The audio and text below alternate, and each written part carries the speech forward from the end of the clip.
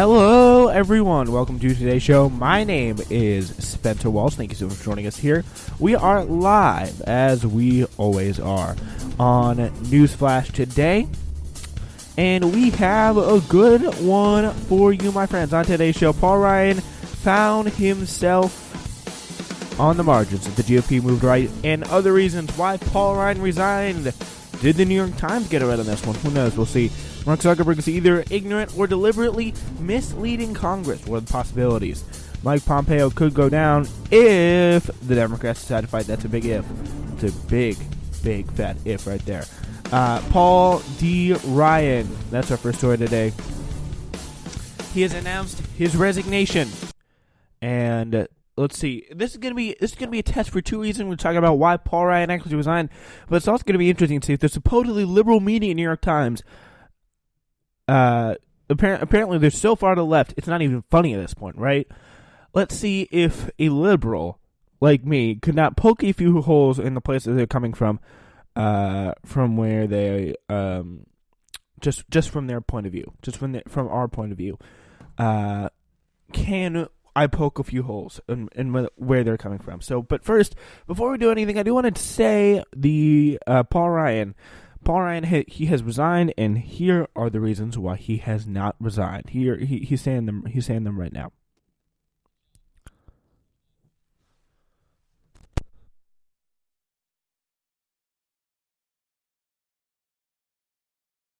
Can't just let that happen, because there are other things in life that can be fleeting as well.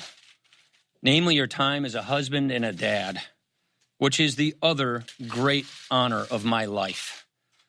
That's why today I am announcing that this year will be my last one as a member of the House. To be clear, I am not resigning. I intend to full my served term as I was elected to do. My kids weren't even born when I was first elected. Our oldest was 13 years old when I became Speaker. Now, all three of our kids are teenagers. And one thing I've learned about teenagers is their idea of an ideal weekend is not necessarily to spend all of their time with their parents. What I realize is if I am here for one more term, my kids will only have ever known me as a weekend dad. I just can't let that happen. Some of you know my story. My dad died when I was 16, the age my daughter is. And I just don't want to be one of those people looking back on my life thinking I spent more time with my kids when I know if I spend another term, they will only know me as a weekend father. Yeah, that was a sound effect there. That's pretty much the reaction. Yeah. So that is Paul Ryan on the reasons why he does not want to resign. No, he thinks those are the reasons why he wants to resign. He wants to tell you those are the reasons why he wants to resign, but those are not, in fact, the reasons why he wants to resign. So, all right, we will we'll tell you the real reasons as we continue through this article. But first, family, I love how he made that little joke there. He was like, the last thing a teenager wants to do is spend the weekend with their parents. First of all, it's true, but second of all, the reaction. He thinks the press would be like, "Oh yeah, he's so funny." Yeah, but that was a little amusing. Forgive me if I just kind of like that a little bit. Yeah.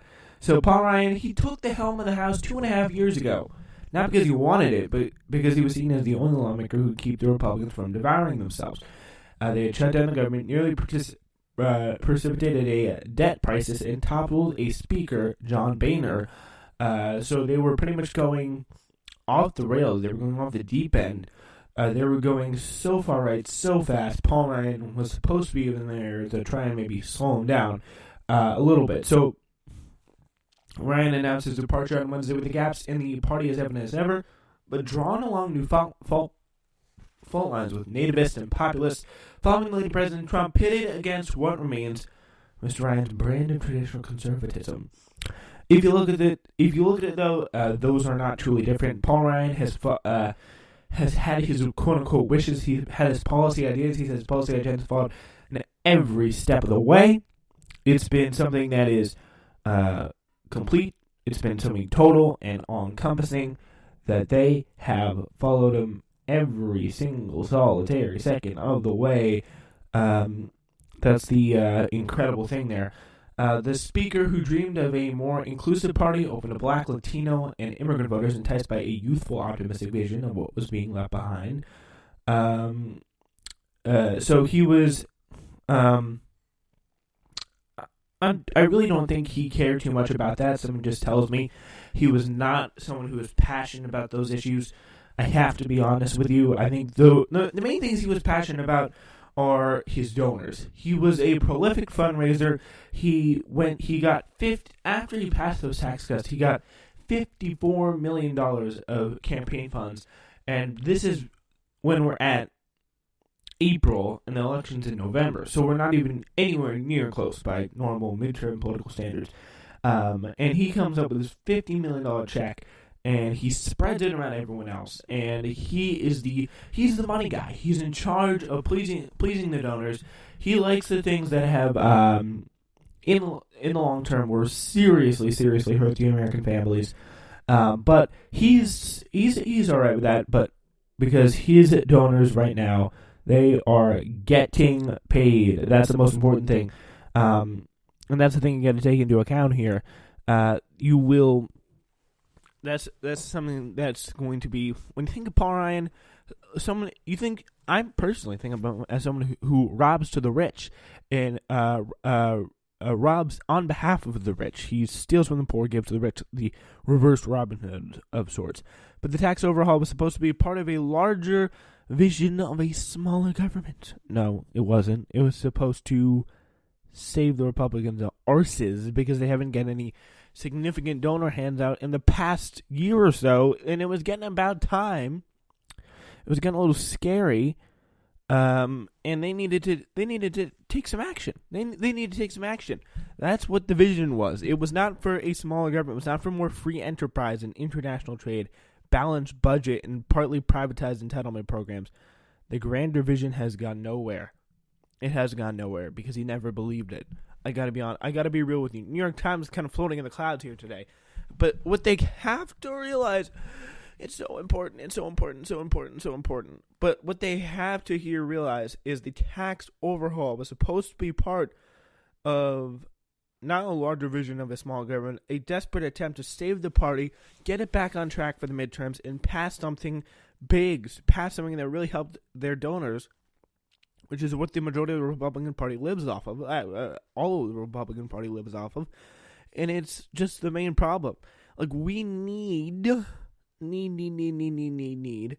have, we need to have a very, very important, talk about this, New York Times, and just liberal media. We cannot go back to accepting this guy who is literally fraud in every way. He passed his big spending bill. That was also massively beneficial to donors and defense contractors. Maybe he wants to get a lobbying job after defense contractors. It's very possible. Maybe you'll see him in a few years, 5 years after his congressional stint just kind of walked up. Maybe even less than that. Who knows? Most likely less than that. On TV, lobbying or talking and lobbying for Lockheed Martin as a quote-unquote political consultant. Who knows? It's very possible. What could he do? Only time will tell. So, yeah. And he was supposedly a deficit hawk. Can we get we don't have a laughing sound effect, but that's what I would play there. Because if you look at what he did with the budget, that is a liberal centrist beltway budget, big time.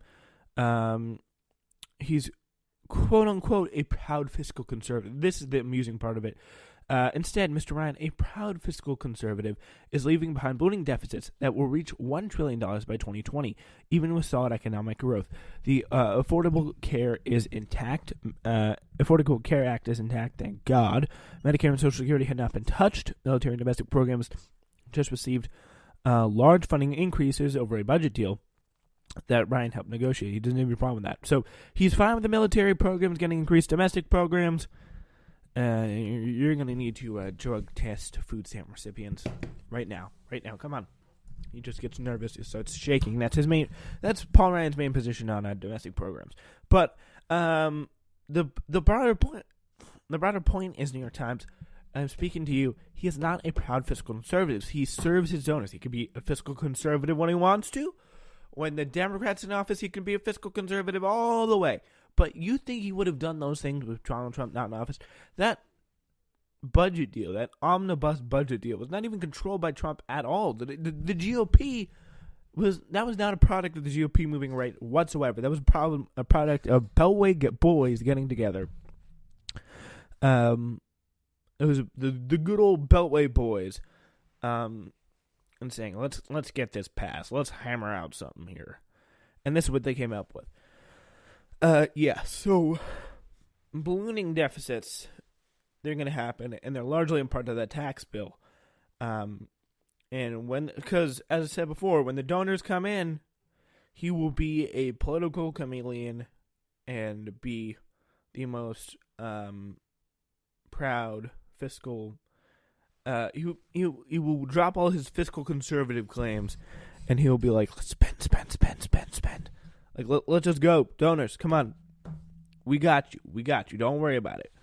And then he'll get the money, and the Democrat will get in office. He'll be like, fiscal conservative. I'm proud fiscal conservative. I just cannot abide. I cannot abide. And then there's Rand Paul, who actually kind of cares about that, so you got to give him credit. This sentence would make a lot more sense here coming from speaking about Rand Paul.